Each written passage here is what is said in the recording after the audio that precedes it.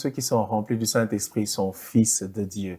Plaise au Seigneur que le Saint-Esprit demeure en chacun de nous, que quel que soit le lieu où vous êtes, le Saint-Esprit est un don gratuit du Seigneur et il marque notre appartenance au Seigneur. Shalom, bienvenue. Nous sommes très heureux de nous retrouver par la grâce du Seigneur à la table du déjeuner spirituel pour consommer chacun des mets qu'il nous accorde aujourd'hui. Le Seigneur nous fait grâce, il nous fait vraiment grâce. Et derrière la grâce du Seigneur, il y a de grandes opportunités que des fois, les temps et les circonstances ne nous permettent pas de voir ou d'envisager, mais que la grâce du Seigneur nous confirme. Alors que personne ne se prive de la grâce du Seigneur, il y a de très grandes choses dans la grâce du Seigneur. Et cette grâce, par ce déjeuner spirituel, nous allons consommer mai après mai de très bonnes choses qui nous viennent d'en haut. Une pensée, la parole du Seigneur au travers de la portion du message du dimanche dernier. Ce sera le pain du jour. Nous chanterons à la gloire de notre Dieu un cantique tout frais, tout beau que vous connaissez ou pas, mais qui va toucher le cœur du Seigneur venant de votre cœur. Une découverte, ça ne sera pas en reste. On aura une très belle découverte, notre agenda. Et puis voilà, le verset du jour. Voilà le menu. Bon appétit et bienvenue à chacun et à chacune. Je ne suis pas seul, nous ferons ce programme ensemble, vous et nous. Quand je parle de nous, je parle de moi et celles qui sont à ma gauche et à ma droite respectivement. Je peux les saluer avec vous et pour vous. Bonjour, Maman Nora. Bonjour, Papa Ephraim. Bienvenue à vous. Merci. Bon début de semaine. Merci à vous également. Voilà. Et c'est la dernière. La dernière semaine du mois de juillet. De juillet. Écoutez, il faut la consommer. Exactement. Voilà, le Seigneur est aussi très reconnaissant à Dieu, qui est avec nous depuis le 1er juillet. Et aujourd'hui, nous sommes déjà presque au virage, en fin de terminer. Comment ne pas avoir un cœur reconnaissant? Il y a des personnes qui nous ont laissés. Il y a des vies qui se sont arrêtées. Il y a des mauvaises nouvelles aussi qui ont rencontré certaines personnes. Il y a des chômages. Il y a de ces personnes qu'on a remerciées pour des raisons et pour d'autres. Et si nous, on est là, on tient, et ben, je crois que on fait comme c'est le prêtre qui est venu. Seigneur, j'ai vu que ma main, mon corps est devenu pur. Nous revenons pour dire merci. Amen. La pure grâce du Seigneur encore une fois. Et cette grâce nous donne l'assurance de pouvoir nous retrouver, nous et ceux qui nous ont précédés dans la gloire, très, très bientôt. À ma gauche, la sœur Déborah. Bonjour, sœur Déborah. Bonjour à vous, Papa Ephraim. Bienvenue. Merci beaucoup. Bon appétit. Pareillement, merci. Merci beaucoup. Bon début de semaine. Merci pareillement. Voilà. Il n'y a que du pareillement. Oh, en tout cas, nous recevons. Alors, tout va bien? Une merveilleuse semaine, oui. Tout va bien par la grâce du Seigneur. Donc, si nous sommes là, le Seigneur nous a voulu par sa grâce, toujours. On ne va pas se fatiguer de dire par la grâce. Et qu'elle a dit, vous les chrétiens, vous exagérez avec par la grâce. Oh là là. Parce que nous reconnaissons que ni t'étais la grâce de Dieu, ni t'étais Dieu, nous n'allions pas être ici. Et nous allons reconnaître continuellement cette grâce-là dans notre vie. Continuellement, sans arrêt. Et si vous devez avoir un plat de préférence dans ce menu d'aujourd'hui, ce serait lequel? Oh, vous savez déjà, la découverte. Ah, la découverte. OK. Maman Nora, ce sera quoi? Préférence, c'est un piège pour moi. Donc, vous aimez tous les plats du déjeuner spirituel, d'accord? Oui, mais la particularité, ce serait plus sur le mot d'encouragement. Parce que de là, j'ai tiré beaucoup de leçons qui m'aident dans ma vie chrétienne, dans ma croissance. Toutes les choses qui sont dites, les commentaires des uns des autres, ça construit vraiment ma foi. Gloire soit au Seigneur. Vous, qu'est-ce que vous aimez dans le déjeuner spirituel, du moins le menu d'aujourd'hui? Vous nous le dites, n'hésitez pas. Alors, découvrons ça tout de suite déjà. Comme je parle de déjeuner spirituel, on prend le tout premier, mais ce sera la pensée. On la découvre ensemble tout de suite.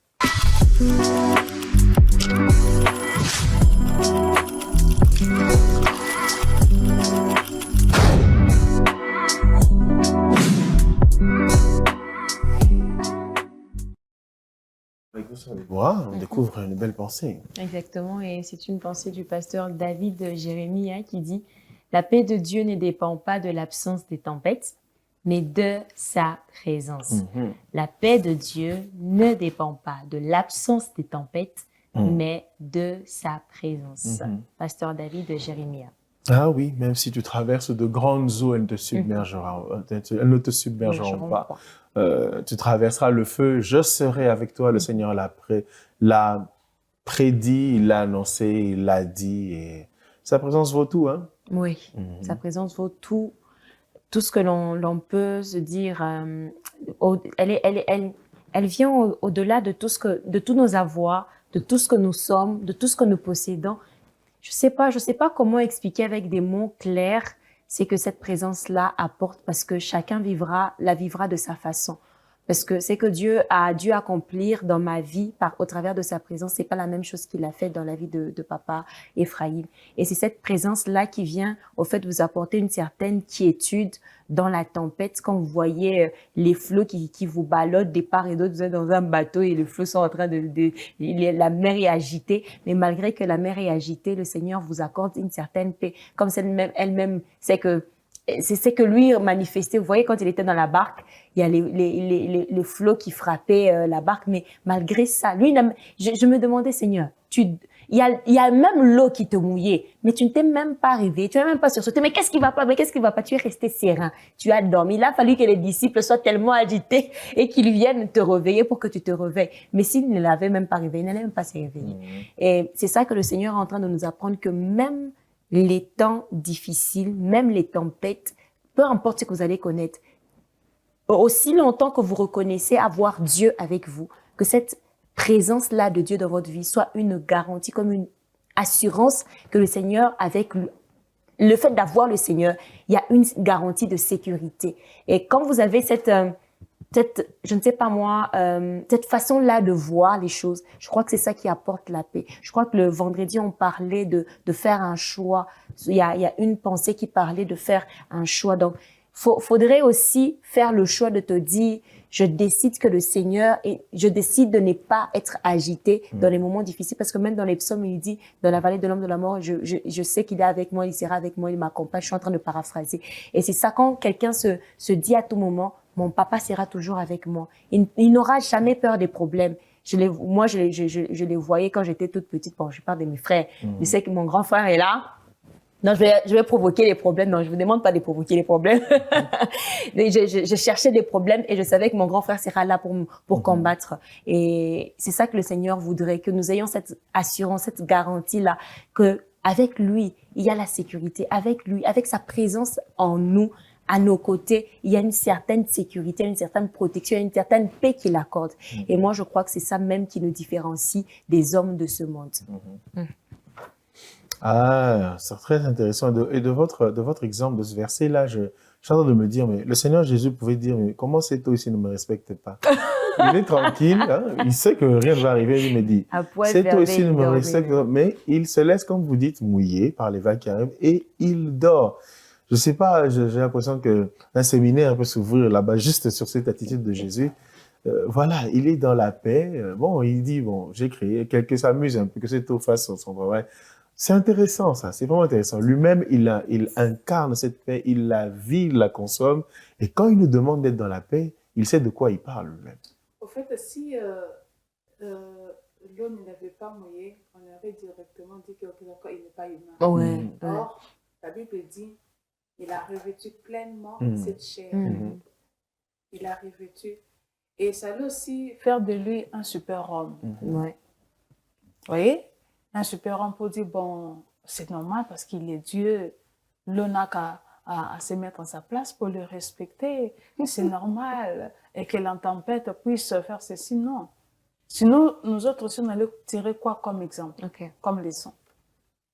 Sinon, les moments difficiles, on a dit, bon, mais je crois qu'il y a ces enseignements que certaines personnes ont reçus dans leur marche avec le Seigneur, disant qu'un enfant de Dieu ne peut jamais connaître les moments difficiles. Vous voyez un peu? Un enfant de Dieu tombé malade, impossible. Oui, impossible. Mais Jésus nous a donné ce modèle. Il a dit, regardez moi-même. J'ai senti la fatigue dans mon corps. Ou il y a certaines personnes qui disent, non, la fatigue, quand tu sens la fatigue, quand tu pries, il y a des démons. Oui, il y a des démons, mais aussi il y a le corps. C'est ça aussi. Tu as mangé? Est-ce que tu as pris soin de toi? Est-ce que tu t'es hydraté? Est-ce que tu as fait ceci? Et si on ne sait pas respecter toutes ces choses-là, directement, on a tendance à croire qu'on est surhumain. Non, on est humain. Et c'est pourquoi l'eau pouvait venir pendant qu'elle s'agitait, tomber, le mouiller ses habits, peut-être là où il dormait. C'est tout à fait normal, papa et fille.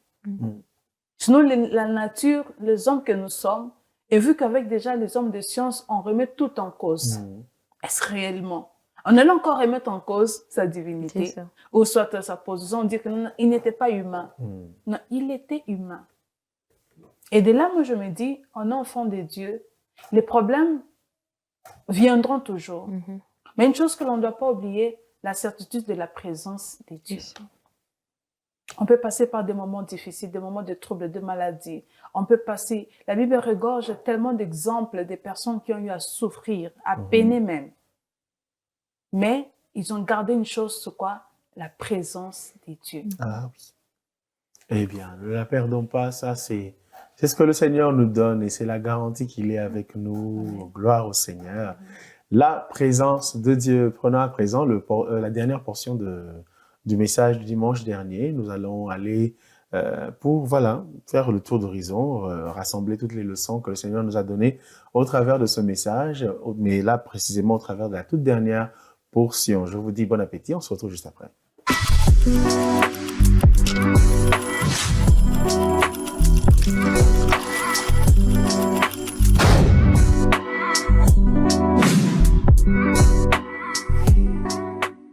Merci Seigneur. Bien-aimés, sauvés pour servir. Il n'y a pas quelque chose qui soit si importante dans la marche chrétienne que de servir notre Dieu. Je dois nous rappeler ce matin que nous sommes sauvés pour servir notre Dieu.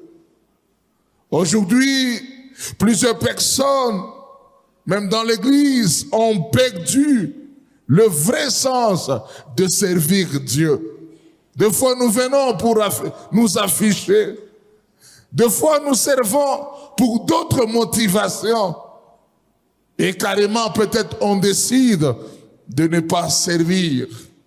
Mais ce que nous devons savoir, bien-aimés, c'est que le service chrétien n'est pas une option, mais le service chrétien, et c'est une vocation. Plusieurs personnes, plusieurs promesses de bénédiction sont attachées à ce deuxième principe. Et j'aime ce verset de Exode 23, verset 25. Il dit, vous servirez l'Éternel, votre Dieu, et il bénira votre pain et vos eaux. Et j'éloignerai la maladie du milieu de vous. Oh, j'aime beaucoup cette promesse. Vous servirez. Un jour au causé avec mon épouse, je lui ai posé la question. Maintenant, nous avons 25 ans de mariage. Est-ce que tu peux me rappeler un seul jour que volontaire, un seul jour qu'on a manqué à manger et nous sommes allés au lit parce qu'il n'y a plus rien? Elle était incapable de se rappeler. Moi aussi. Ce n'est pas que tu ne peux pas manquer à manger. Peut-être pour vous autres, ça peut être une école. Mais ce que j'ai, lorsque vous servez le Seigneur, il y aura toujours un pain permanent. Un pain permanent. Lorsque vous servez le Seigneur, là où les autres dépensent des milliers de dollars pour les soins médicaux, mais le Seigneur te soignera par sa promesse, parce que tu sers le Seigneur. 1 Pierre 5 partie B nous dit, car Dieu résiste aux orgueilleux, mais il fait grâce aux humbles. Jésus est le modèle de serviteur le plus humble, et son attitude doit nous enseigner. Celui qui sert avec humilité, il révèle en lui le caractère de Christ. On nous parlait de l'histoire de Jésus dans Jean 13, 1 à 6. Après avoir dîné, voilà, les disciples observent un homme qui se lève. Il prend une lingette, il met autour des ses reins. Il prend une bassine. Le voilà en train de laver les pieds des disciples. Les disciples s'étonnent. Les disciples, pourquoi Jésus fait cela? Les disciples savaient que nous avions devant nous le Seigneur. Nous avons le Maître. Nous avons celui que nous appelons le Fils de Dieu. Comment il peut prendre de l'eau et nous laver les pieds? Et ce que je te fis, même l'attitude et résistance de Pierre, où il dit, Seigneur, laves-tu mes pieds?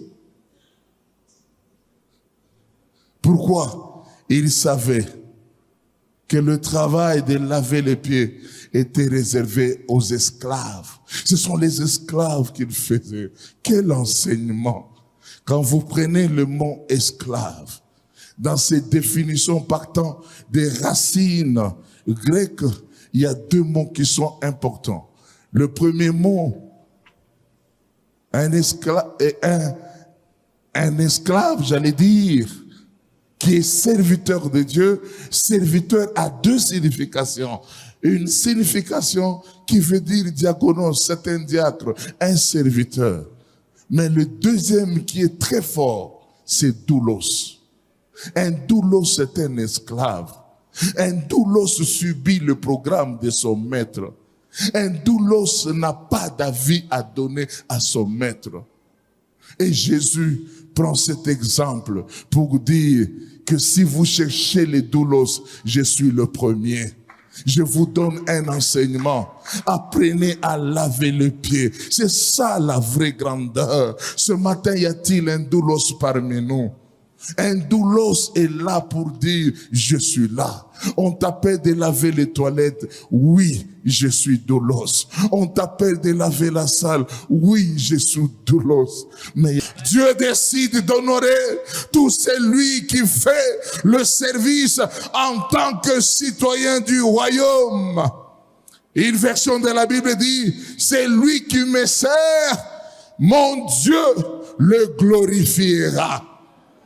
Et si tu sers le Seigneur, la gloire de Dieu couvre tout celui qui sert l'Éternel. Récompenser, c'est le fait de gratifier quelqu'un après avoir rendu un service.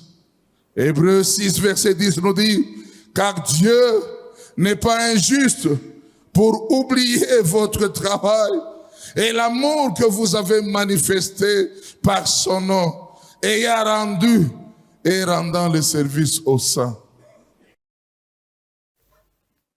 Sauvé pour servir, sauvé pour servir. Le Seigneur nous a appelés pour le servir et il a promis de prendre soin de notre pain et de nos eaux. Il veille dessus, il bénit ceux qui le servent.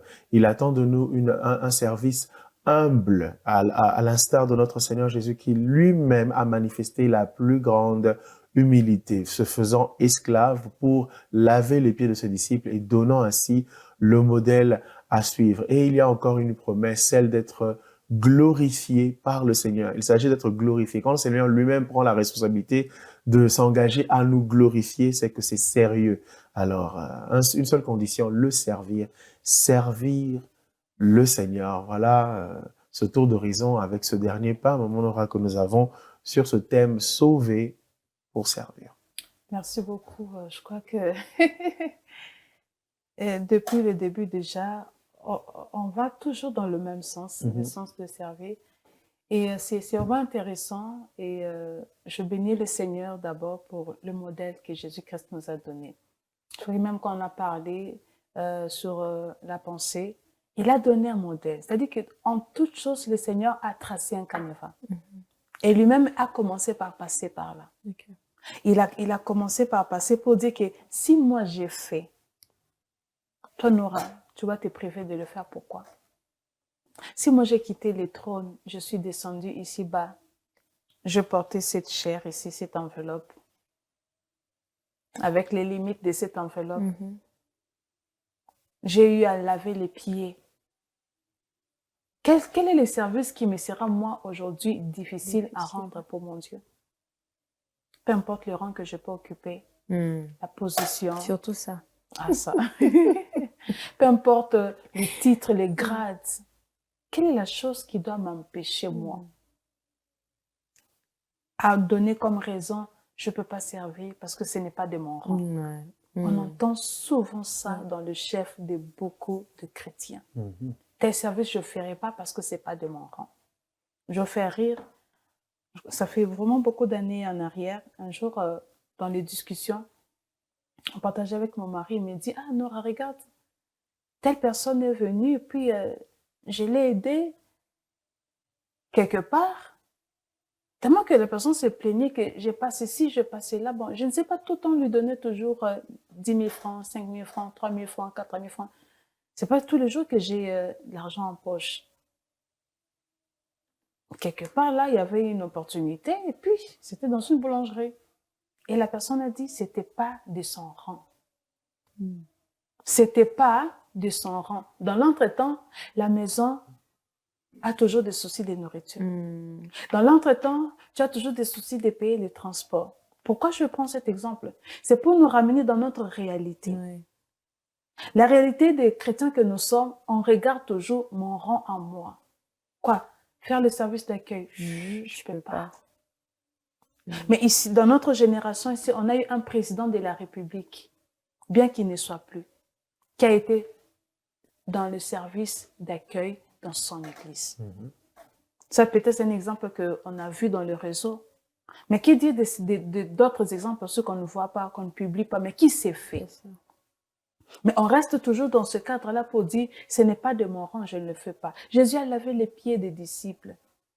Des fois, on part au salon pour les manucures, on peut regarder tes pieds, on dit, la personne ne dit pas, mais tu sens seulement des dégoûts dans son visage. De par l'odeur de tes pieds, de par peut-être la couleur de tes ongles, mais il doit y travailler. Et pour sa sécurité, il porte les gants. Mais Jésus n'a pas porté les gants. Il a pris le pied de ses disciples, il a trempé dans l'eau, il a essuyé. Si lui, il a fait ça, papa et fille, je reviens encore. Quel est le service que moi, Nora, je ne me donnerai pas à faire pour mon Dieu? Quel est le service?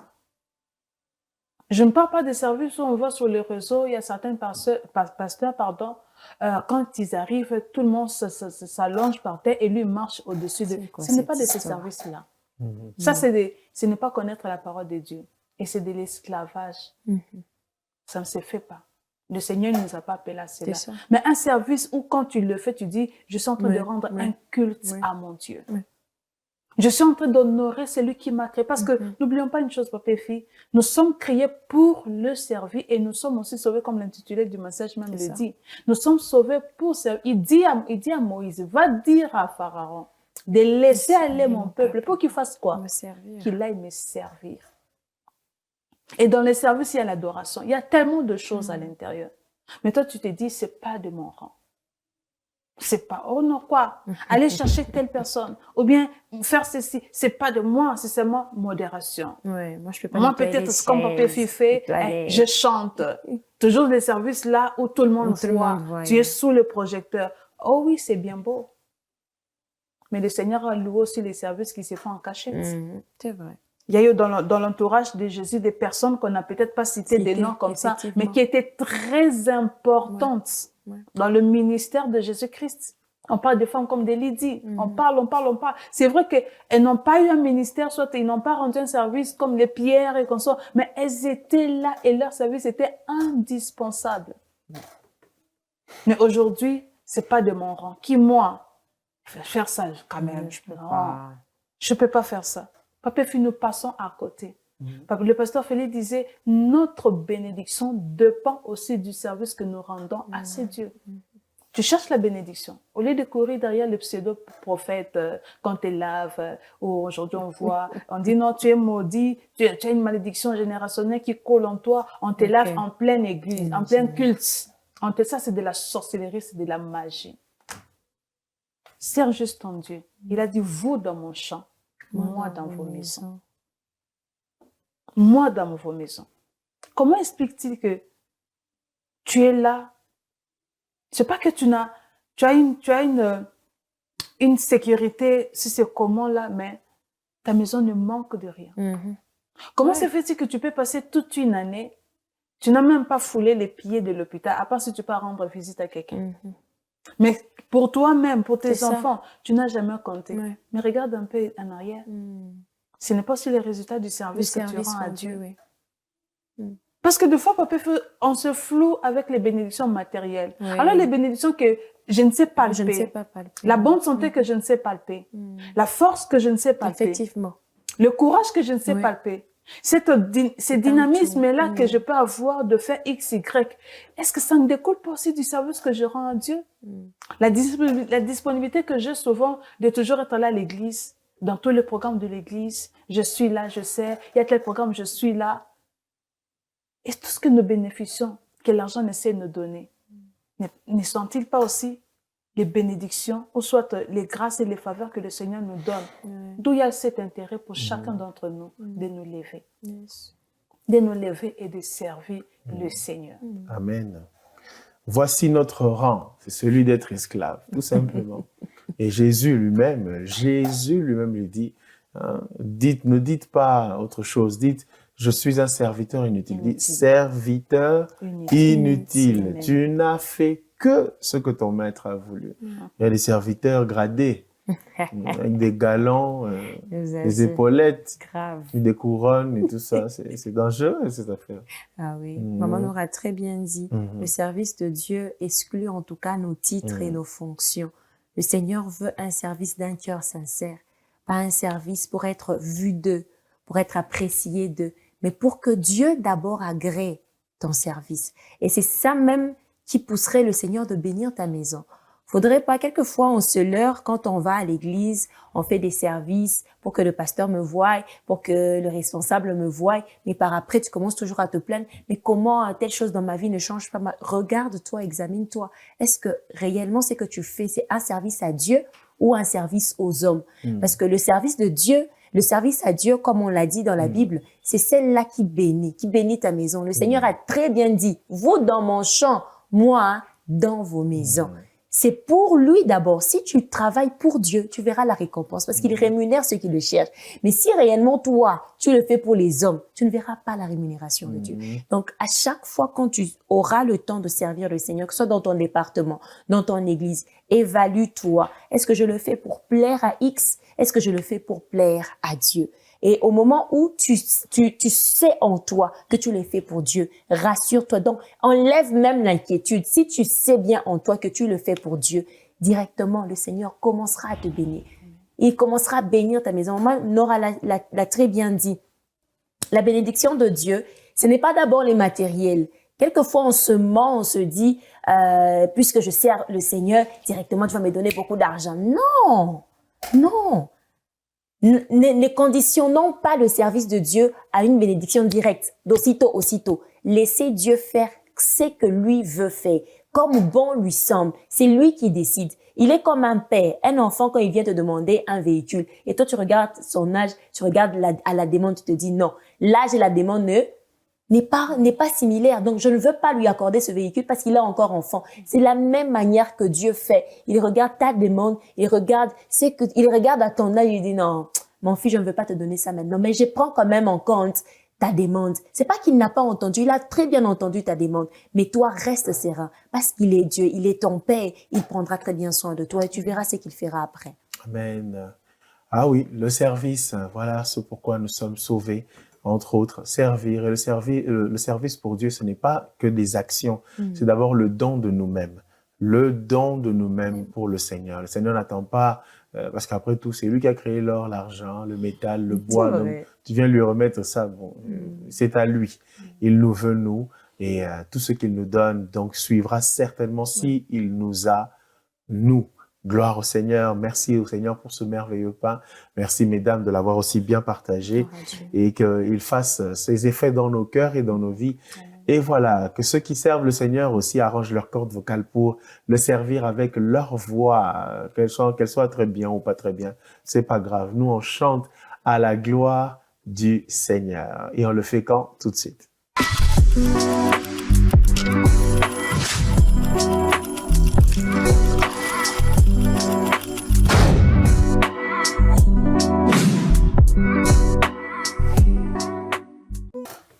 Métanoïa, transformation.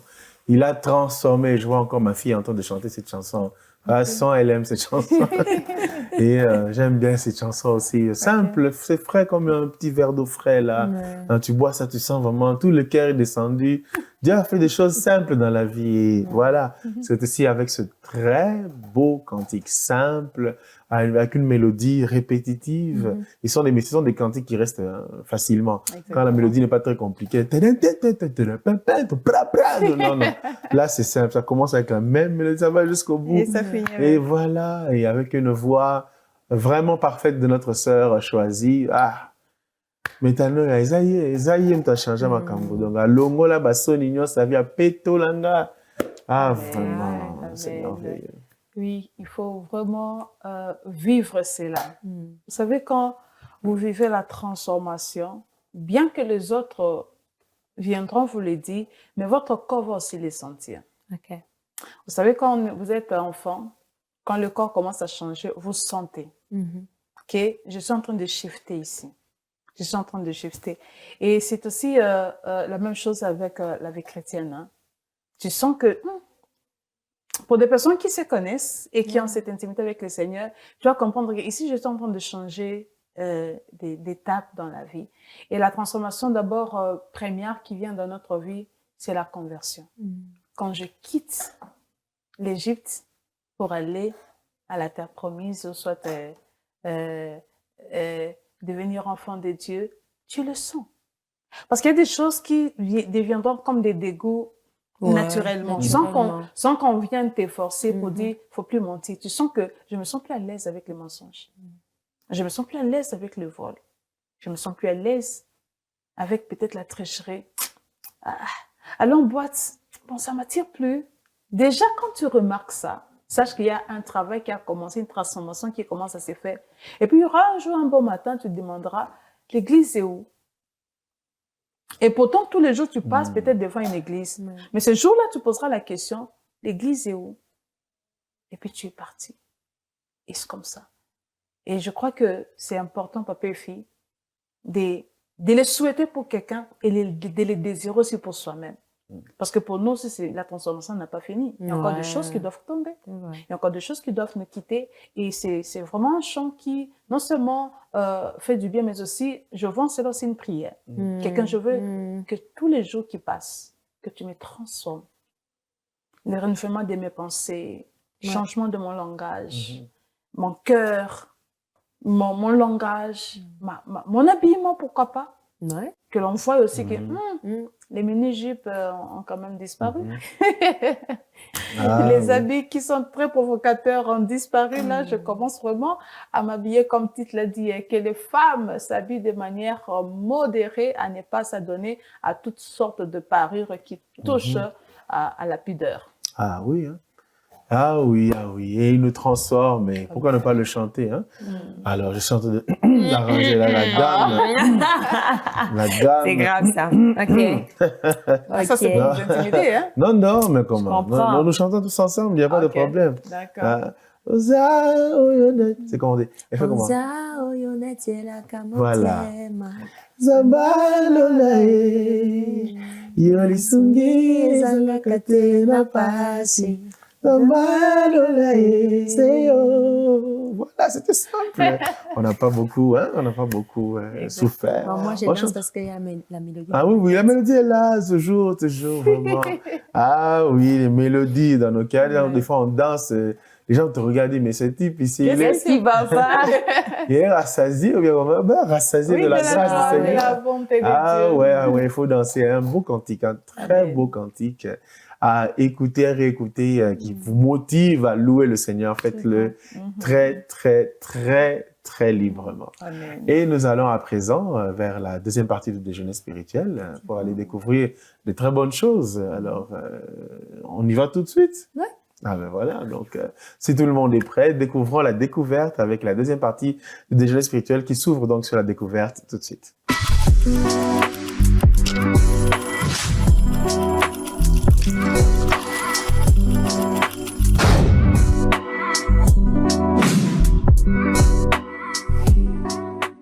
Bonjour Bonjour à tous et bienvenue dans notre session de découverte. Aujourd'hui, nous allons découvrir, comme vous le voyez tout autour de moi, il y a des boîtes, il y a des paquets. On va découvrir comment ouvrir différentes boîtes, différentes bouteilles pour vous permettre quand même d'être classe et propre. Alors, on va commencer par les bouteilles et les boîtes que vous voyez là devant vous. Ces derniers temps, il y a différentes bouteilles qui se sont mises sur le marché. Donc, nous avons des bouteilles qui ont des papiers tout autour, des papiers plastiques. Alors, lorsque vous remarquez bien tout autour du papier plastique, il y a, je ne sais pas comment expliquer ça, mais il y a une couleur différente de la couleur tout autour qui indique l'ouverture. Pour quelques bouteilles, c'est le noir, mais celui avec lequel j'ai, c'est la couleur verte. Ça indique comment vous devez ouvrir ou déballer ce papier plastique qu'il y a tout autour de votre bouteille. Alors, l'ouverture commence par le haut. Juste là, vous mettez votre ongle comme ceci. Vous grattez un petit peu l'ouverture et ça vous fraye un chemin qui vous permet d'ouvrir complètement le papier qu'il y a tout autour. Et voilà, c'est facile.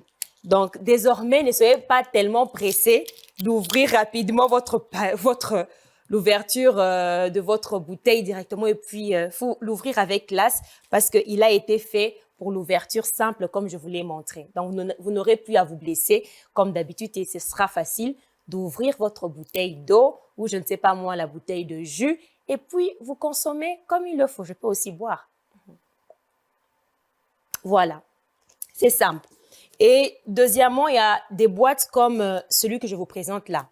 Il y a différentes boîtes, café. Le mien, c'est le café. Ça peut être celle de bouillie, peut-être même le lait, mais celle-ci, c'est celle de café. Alors, lorsque vous l'ouvrez, comme je le fais là, vous retrouvez un papier aluminium tout autour. Je vous conseille de ne pas chercher un couteau pour piquer directement à l'intérieur afin d'utiliser le contenu. Non. Il y a une queue juste à côté. Vous allez remarquer qu'il y a une queue. Et cette queue-là, quelquefois, elle est renfermée. Il nous faudrait l'ouvrir comme ça, la déplier et puis tirer pour l'ouvrir. Et lorsque vous l'ouvrez, de préférence, ne la laissez plus. Enlevez complètement, comme je le fais là. Enlevez et jetez à la poubelle. Et comme on l'a toujours conseillé, c'est bien de pouvoir sortir ce qu'il y a à l'intérieur de votre boîte pour la placer dans une boîte, voilà, en plastique ou en verre pour mieux conserver votre bouillie ou votre café ou bien encore votre lait. Ça vous permet de vous éviter quelques soucis de santé. C'est très facile. Voilà comment on peut ouvrir une boîte de café ou de lait. Très facile lorsqu'il y a une feuille ou un papier aluminium. Nous avons également nos boîtes de savon, nos bouteilles de savon. Quelquefois, je vois comment les femmes vous abîmez ces bouteilles. Aïe! C'est très simple. C'est simple parce que sur la boîte, à l'ouverture, il y a des mentions. Là, il y est mentionné open et stop. Là, on a écrit open, il faudrait que vous preniez vous teniez là comme ça et vous le retournez vers votre gauche. Petit à petit, ne soyez pas pressés. Petit à petit, vous voyez comment ça s'est déplié? Facile. Et vous pouvez enfin utiliser comme vous avez l'habitude de le faire. Et voilà. Et c'est pareil même pour les gels désinfectants. Rien de compliqué, vous allez vers la gauche et vous utilisez. Voilà. J'espère qu'on a très bien compris notre leçon du jour. Merci. Eh bien, voilà, les découvertes, Ouais. voilà, pratiques. Pour nous, là, des fois, ça te complique. Bon, tu ouvres seulement la source, ça va zouk, zouk, et puis tu fais glisser, puis tu remets. On va pas s'embrouiller indéfiniment en train de tourner, depuis qu'on tournait. Des fois, c'est fatigant. Des fois, c'est fatigant parce que vous ne lisez pas très bien au-dessus de la bouteille. Ah, voilà, désormais, on nous accuse de ne pas lire. Bon, ça va. C'est notre tare. Il faudrait qu'on corrige ça. C'est devenu même une tare. Oui. Bon, ça va. Et je vous assure. J'espère que papa doit avoir entendu tout ça. C'est vraiment une tare parce qu'on ne lit pas quelquefois sur nos bouteilles, sur nos boîtes. On prend directement, ah non, il et tout, non. J'ai vu quelqu'un s'est blessé parce qu'il ne savait pas comment ouvrir. Vraiment. En tout cas, moi, les boîtes de concert m'ont sérieusement blessé dans la vie. Surtout la boîte d'Exeter. Oh, la façon dont j'ai transpiré avec Exeter. Des entailles. Et la sardine aussi. La sardine, ça va encore. Exeter, ça m'a coupé même l'appétit. Je ne voulais plus manger Exeter à cause de ça. Mais bon, OK, on a appris. Nous avons appris. Nous allons nous discipliner. Ouais. Mais il y a d'autres bouteilles, comme je crois, il y a des bouteilles de pilchard, où il y a des pilchards comme ça où il n'y a pas d'endroit où ouvrir et même de boîtes de tomates. Je crois qu'on a des stratégies. Un ouvre en bouteille, un ouvre, je sais pas, bouteille. Il y a plutôt pas un bouteille, ouvre-boîte. Oh là là, je crois que c'est en forme de couteau, hein, voilà. un couteau rond. Un couteau rond qu'on utilise pour ouvrir. Oui. Donc, il faudrait en acheter pour vous permettre de ne plus vous blesser. Ça me rappelle des souvenirs, vraiment, quand on avait pris le couteau et puis tu te blesses comme ça. Ah, vraiment. Nous avons souffert pour manger, c'était difficile. Mais maintenant, c'est facile. Ouais, quand même, les industriels ont fini par comprendre qu'ils devaient quand même faciliter la vie aux consommateurs. Sinon, les consommateurs n'achètent plus. S'ils savent que cette boîte-là, c'est pour le faire souffrir, je n'achète plus. C'est fini. En tout cas, bon, écoutez, je pense que vous avez appris les bonnes choses. Hein. Nous avons appris. On découvre tous les jours et des choses pratiques pour notre consommation, notre aisance. Ah, il y a des fois, mais il faut aussi qu'on soit d'accord. Il y a des bouteilles qui ont une malfaçon depuis le début. Oui, des erreurs. Depuis que tu essaies. Oui, c'est ça, il y a des erreurs comme ça. Tu commences à mettre les dents sur la partie là où tu fais. C'est pas normal. Dis. Nous disons à tous les industriels qui nous suivent, facilitez-nous la tâche. Les bouteilles qui ont des malfaçons, faut pas les mettre sur le marché. Mais apparemment, c'est dans les malfaçons, ça circule facilement. En fait, ce sont des capitalistes. C'est pas gentil, hein? Du coup, ils laissent. C'est comme ça que moi, je veux conseiller, quand, par exemple, pour des boîtes de savon, si vous vous rendez compte que celle que vous avez achetée après n'est pas bonne, reprenez le tube de l'autre et puis remplacez. C'est ça. Ouais, alors, s'il n'y en a pas. C'est ça. C'est ça même la difficulté. Ouais, donc eux ne veulent pas perdre pour que nous on perde. En tout cas, ça va.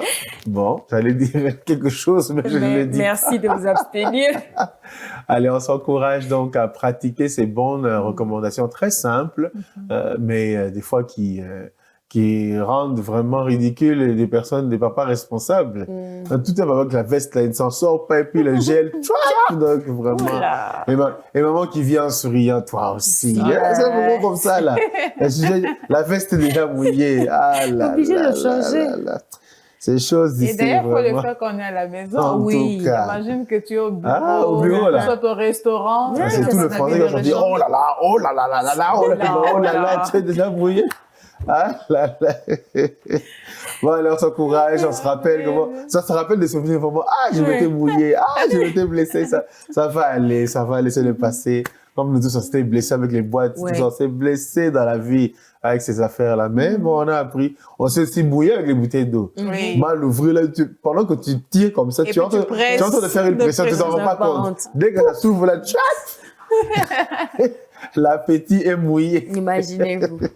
Ah là là là, c'est des épisodes morts. Ouais, ce sont des souvenirs à garder. Et bon, écoutez, on va pas enfoncer le couteau dans la plaie, on va pas le tourner. Non, ça va. On avance puisqu'on est déjà en train de cicatriser. On avance. Merci beaucoup pour cette découverte, ça c'est beau. Merci. Et pour nous tous, vraiment, on a découvert, on a appris et on se corrige, n'est-ce pas? C'est merveilleux. On avance maintenant pour prendre notre agenda, les programmes auxquels nous aimerions vous convier. Découvrons-les ensemble tout de suite.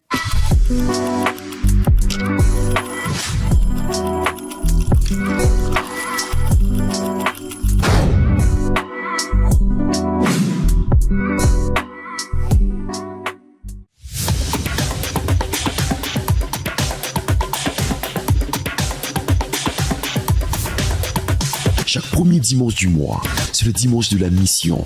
Nous prions pour la mission et nous contribuons pour la mission. N'oubliez pas d'apporter votre contribution pour la mission. Merci de penser à votre contribution.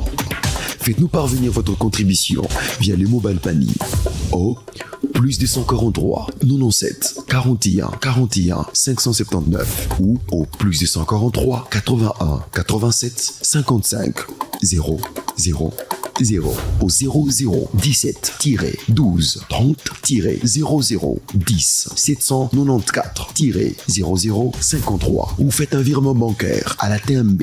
Nous contribuons pour la mission. Que Dieu vous bénisse.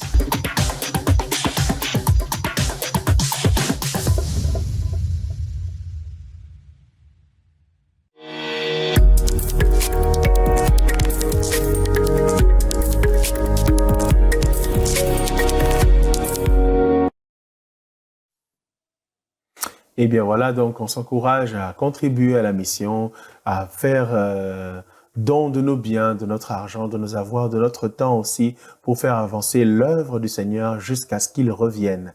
Et aussi, l'ONG Galdi nous dit qu'elle est en train de préparer, justement, toujours dans le cadre de la mission, en train de préparer Tosangani Day, je veux étudier comme eux. C'est en train de venir, vos dons en nature ou en espèces sont les bienvenus. Les enfants préparent leur rentrée scolaire et les enfants orphelins sont aussi en train de préparer leur rentrée scolaire. Et l'ONG Galdi nous encourage à lui prêter main forte pour ce faire. Vous avez des dons à déposer en nature, un sac, des cahiers, des stylos, des lattes, des objets classiques de manière générale, des tissus d'uniformes ou bien des uniformes déjà tout faits, des baskets pour enfants, pourquoi pas, et des sous-vêtements aussi pour enfants. N'hésitez pas à venir les déposer ici à la Parole Éternelle, au bureau de la Parole Éternelle Radio-Télévision. Nous serons très heureux de recevoir vos dons pour les faire parvenir à l'ONG Galdi.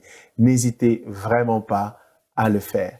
Et nous poursuivons donc dans nos programmes pour dire que cette semaine est une semaine spéciale. Il n'y aura pas réunion des cellules parce que l'Église organise la retraite de ceux qui servent. Si vous ne servez pas encore, vous dites « Ah, c'est comment la retraite de ceux qui servent ?» Eh bien, écoutez, commencez à servir et vous ferez partie de ceux qui se retirent pour chercher la face du Seigneur, pour évaluer leur travail aux yeux du Seigneur et pour recevoir de la part du Seigneur des instructions pour la suite de leur service. Retraite donc des ouvriers du lundi au mercredi. C'est en passant que nous le disons et nous vous confirmons donc qu'il n'y aura pas réunion des cellules, il n'y aura pas non plus réunion des femmes ce mardi et voilà. Je pense que les études bibliques sont confirmées pour le mercredi, car nous allons atterrir avec la retraite pendant les études bibliques certainement. Et voilà donc pour les programmes. Et la suite des programmes nous sera donnée au fur et à mesure de notre déjeuner spirituel en semaine. Voilà, que Dieu vous bénisse. Et maintenant, prenons le verset du jour, la parole du Seigneur, au travers de la portion des Écritures que nous lisons aujourd'hui. 3 chapitres pour ce jour, un verset que nous retenons. On le découvre ensemble avec vous, Maman Nora, tout de suite. Merci beaucoup.